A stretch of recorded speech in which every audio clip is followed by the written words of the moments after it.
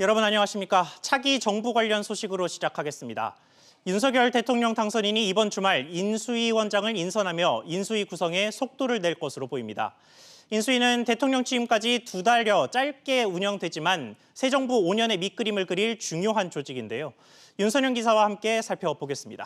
윤 기자, 네. 일단 윤 당선인과 안철수 국민의당 대표의 회동 소식이 있었습니다. 네, 점심에 국민의힘 당사에서 2시간 정도 도시락 회동을 했습니다. 안 대표는 회동이 끝난 뒤 기자들과 만나서 국정 전반 현안을 논의했지만 인수위 인사 얘기는 안 했다고 했습니다. 들어보겠습니다. 예. 나누지 않았습니다. 경제 문제 그리고 데이터 산업 이런 부분들 포함해서 거의 모든 분야에 대해서 서로 의견 교환을 했습니다. 그리고 굉장히 많은 부분의 일치들을 봤습니다. 네, 인사 얘기가 없었다고 하기는 했지만 정작 네. 그 인수위원장으로 거론되고 있는 게 안철수 대표 아닙니까? 네, 당선인이 안 대표에게 위원장직을 제안한 것으로 전해지는데 이번 주말에 결정을 해서 발표할 예정입니다.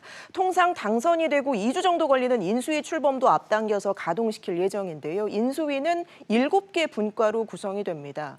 경제를 거시와 금융, 또 산업과 일자리로 2개 분과로 나누고요. 이외에 과학기술교육, 사회복지, 문화 등으로 구성이 됩니다. 별도로 코로나19 비상대응 TF를 만들어서 손실보상 문제 등을 논의하고요. 광화문 집무실을 준비할 청와대 개혁 TF도 꾸려집니다. 윤 당선인이 당선 일성으로 국민통합을 내세웠었죠. 관련해서 인수위와 별도로 당선인 직속으로 국민통합 특위도 만들어질 것으로 보입니다.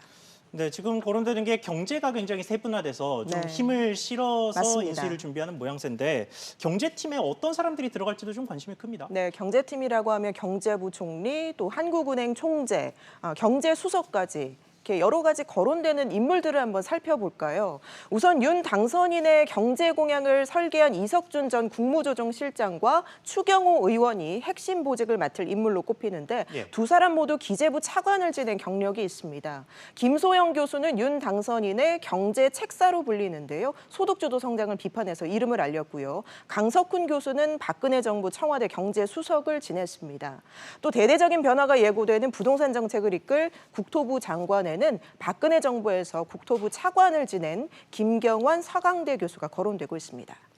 네, 윤선영 기자였습니다.